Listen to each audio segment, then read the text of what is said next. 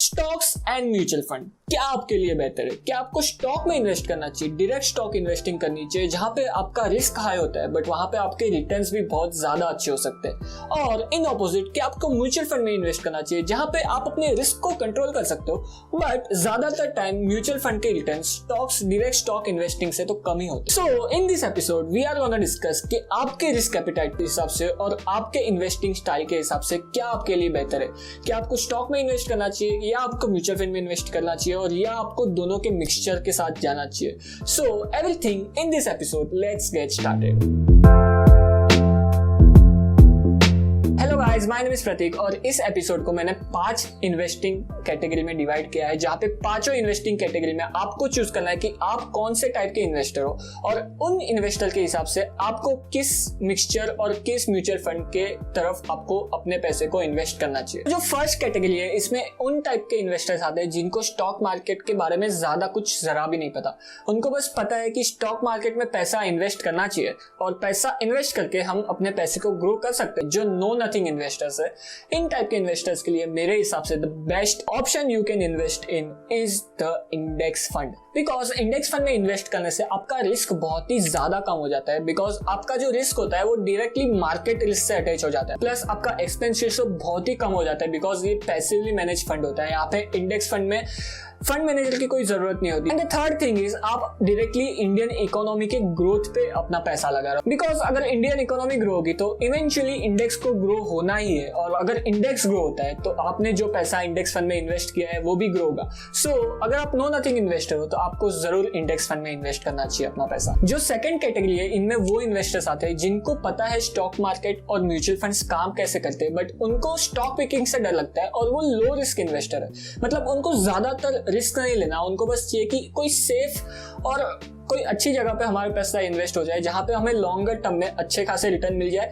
2 पैसे कम कमा लेंगे तो चलेगा, बट जो कैपिटल है उसका नुकसान नहीं होना चाहिए। सो इन टाइप के इन्वेस्टर्स के लिए मेरे हिसाब से द बेस्ट ऑप्शन इज आप अपने पोर्टफोलियो में 3 म्यूचुअल फंड्स रख सकते हो, जहां पे 2 म्यूचुअल फंड रहेंगे आपके लार्ज कैप, जहां पे आपका पैसा लार्ज कैप म्यूचुअल फंड में इन्वेस्ट होता है, और जो स्लैश म्यूचुअल फंड है, थर्ड म्यूचुअल फंड है, उसमें आप मल्टी कैप या फिर मिड कैप म्यूचुअल फंड रख सकते हो। सो आपका जो पैसा है वो उन स्टॉक्स में इन्वेस्ट होगा, उन म्यूचुअल फंड में इन्वेस्ट होगा जहां पे रिस्क कम होगा। ऐसे टाइप के इन्वेस्टर्स के लिए मेरे हिसाब से ये कॉम्बिनेशन, जहां पे 2 म्यूचुअल फंड आप लार्ज कैप में रख सकते हो और 1 म्यूचुअल फंड आप मल्टी कैप और मिड कैप, इन दोनों में म्यूचुअल फंड की कैटेगरी में से चूज कर सकते हो। So this will be a better option for you guys. Next category है, उसमें वो टाइप के इन्वेस्टर्स आते हैं जिनकी रिस्क एपेटाइट मॉडरेट है, मतलब वो थोड़ा ज्यादा रिस्क लेने के लिए रेडी है बट उनको सामने थोड़े ज्यादा रिटर्न्स भी चाहिए। तो इन टाइप के इन्वेस्टर्स के लिए मेरे हिसाब से the best option will be आपके पोर्टफोलियो में 3 म्यूचुअल फंड होने चाहिए, जहां पे आप एसआईपी या फिर लमसम इन्वेस्ट कर सकते हो। और इन 3 म्यूचुअल फंड में से एक म्यूचुअल फंड होना चाहिए लार्ज कैप,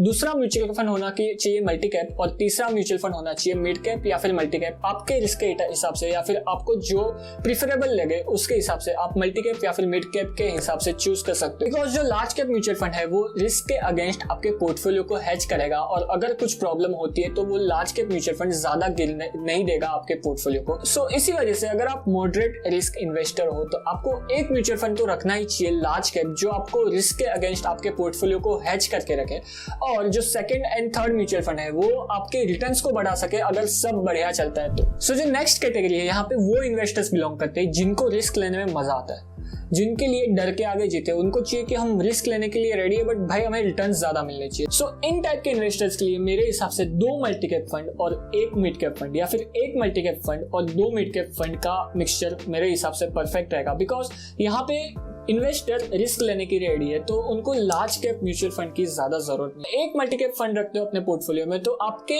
पोर्टफोलियो में लार्ज कैप का भी एक्सपोजर आ जाएगा। तो मेरे हिसाब से आपको 1 मल्टी कैप फंड रखना तो जरूरी है, और बाकी 2 रिमेनिंग फंड्स में आप चूज कर सकते हो आपके हिसाब से कि आपको मल्टी कैप रखना है या फिर मिड कैप रखना है। और स्मॉल कैप फंड्स में किसी को भी सजेस्ट नहीं करूंगा, बिकॉज स्मॉल कैप बहुत ज्यादा रिस्की हो जाते हैं कभी कभी, और इतना ज्यादा रिस्क लेने की जरूरत नहीं है। I think multi cap and mid cap का एक्सपोजर आपके लिए परफेक्ट रहेगा अगर आप हाई रिस्क इन्वेस्टर्स हो तो भी।